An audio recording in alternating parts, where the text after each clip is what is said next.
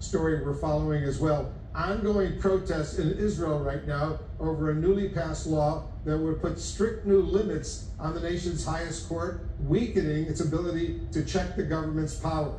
The plan promoted by the Israeli Prime Minister Benjamin Netanyahu, despite all the backlash in Israel. Here's my interview with the Prime Minister from just a little while ago. Israeli Prime Minister Benjamin Netanyahu, thanks very much for joining us. As you know, Israel is reeling right now after the first part of your plan to weaken Israel's Supreme Court passed into law. We're already seeing very negative impacts on the Israeli military, relations with the United States, the economy. Startup companies are leaving Israel. The far right is emboldened. Palestinians are afraid. Protests certainly continue as well. Is that the price, Mr. Prime Minister, you're willing to pay for this overall? Well, first of all, we're not trying to weaken the Supreme Court. We're trying to bring balance between the three branches of government, which is the essence of democracy. In Israel, over the last 20, 30 years, the Supreme Court arrogated a lot of the powers of the judiciary and the executive. They can basically nullify any decision made. That doesn't happen anywhere on the planet. And so we're trying to bring it back in line. And we don't want a subservient court. We want an independent court, but not an all-powerful court. And that's the corrections that we're doing. I think a lot of the things that you described are in the choir. People are saying it, they're giving indications, but I've been there before. When I made these huge changes in our economy, they said, oh, we'll bring down the economy. Israel has become a juggernaut since. When I spoke out against Iran, against the entire world. Mr. Prime Minister, let me interrupt with all due respect. Mr. Prime Minister, let me interrupt with all due respect. You, of course, control the executive in Israel. Your coalition controls the Knesset, the parliament. You're weakening the Supreme Court. Where are the checks and balances? Well, in Israel, we have, the Supreme Court has a lot of checks, but there are no balances. For example, on the decision that we passed on reasonableness, understand what that is. It's like the court can nullify a decision, any decision by the government, by the executive, by saying it's unreasonable. Not because it's illegal, not because they're using other checks that they have, plenty of things that they could do. They can nullify an appointment. It's like the Supreme Court would be able to nullify an appointment by President Biden, not by saying that there's a conflict of interest, that exists today in Israel, that it's undue process, that exists today in Israel, that it's not proportional, that exists in Israel, but just by saying, we don't think this appointment is reasonable. That doesn't exist in America, it doesn't exist in most democracies, not to this scope. And that's the minor correction that we made that is now called the end of democracy. If that's the end of democracy, there are no democracies because none of them have this. So I think there's a lot of Mr. Prime Minister, there's a lot of concern. A lot of it is concern. The U.S. has a lot more checks and balances. You're asking me to come here. Yeah, and let me just point out, the U.S. has a lot more checks and balances. And as you know, what's so disturbing is that thousands of Israeli military reservists are protesting, including pilots. They're refusing to serve right now. That's emboldening Israel's adversaries like Iran. They're watching. Is Israel less safe today because of what you're doing? Well, I'll answer it if you let me answer your questions. If you just want to hear yourself, go ahead. But if you want to hear my answer, let me answer. Go ahead. Israel has a very strong military. It has a very strong military. It is able to deal with all the challenges that we have, and we have many. But I want to tell you one thing.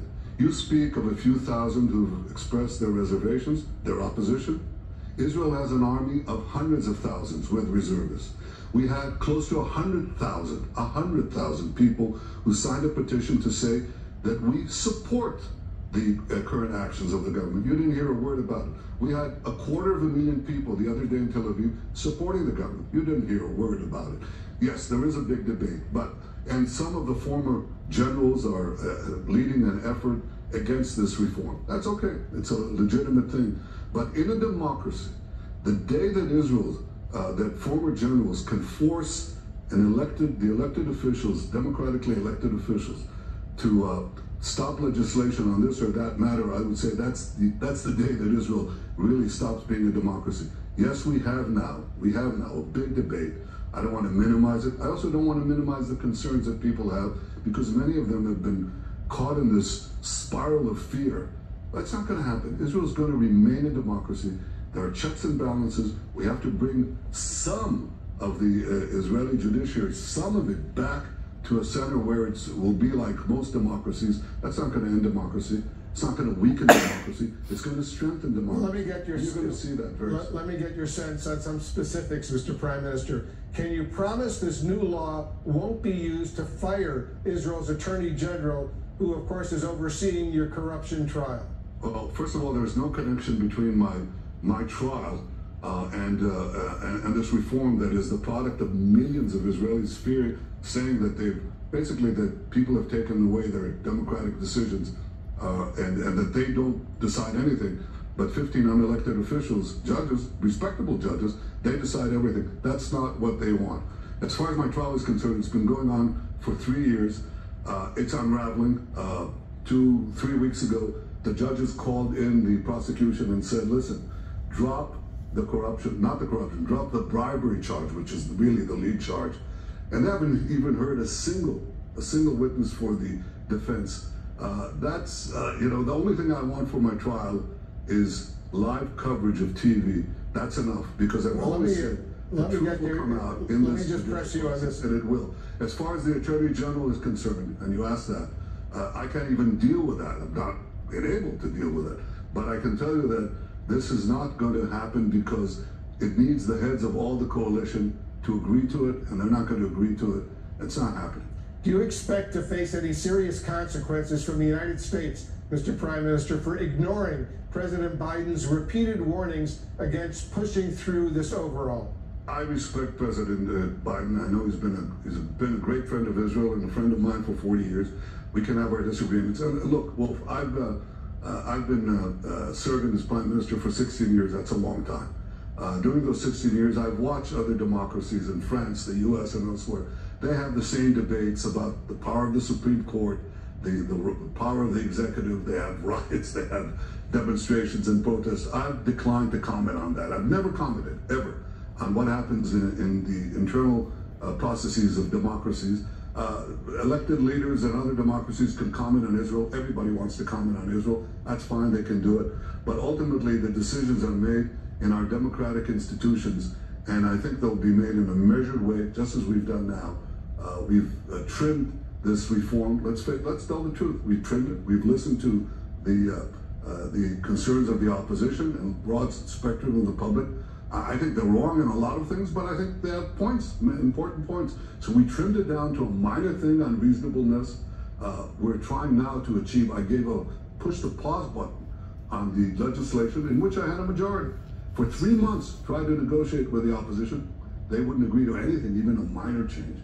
But I'm not giving up, and I think the fact that we won this particular round, I think maybe gives us the opportunity, when they see that we have a majority to legislate without them, maybe we'll be able to legislate with them. I'm especially hopeful that we can reach this compromise. As a result of what you're doing, Mr. Prime Minister, the Biden administration has said, and this was very blunt, you're not invited to come to the White House. They say you'll meet President Biden in the fall somewhere else in the United States. Isn't that a very significant sign that U.S.-Israel relations right now are suffering big time because of your policies? Well, first of all, President Biden spoke to me the other day, and he said specifically that he's inviting me to the White House.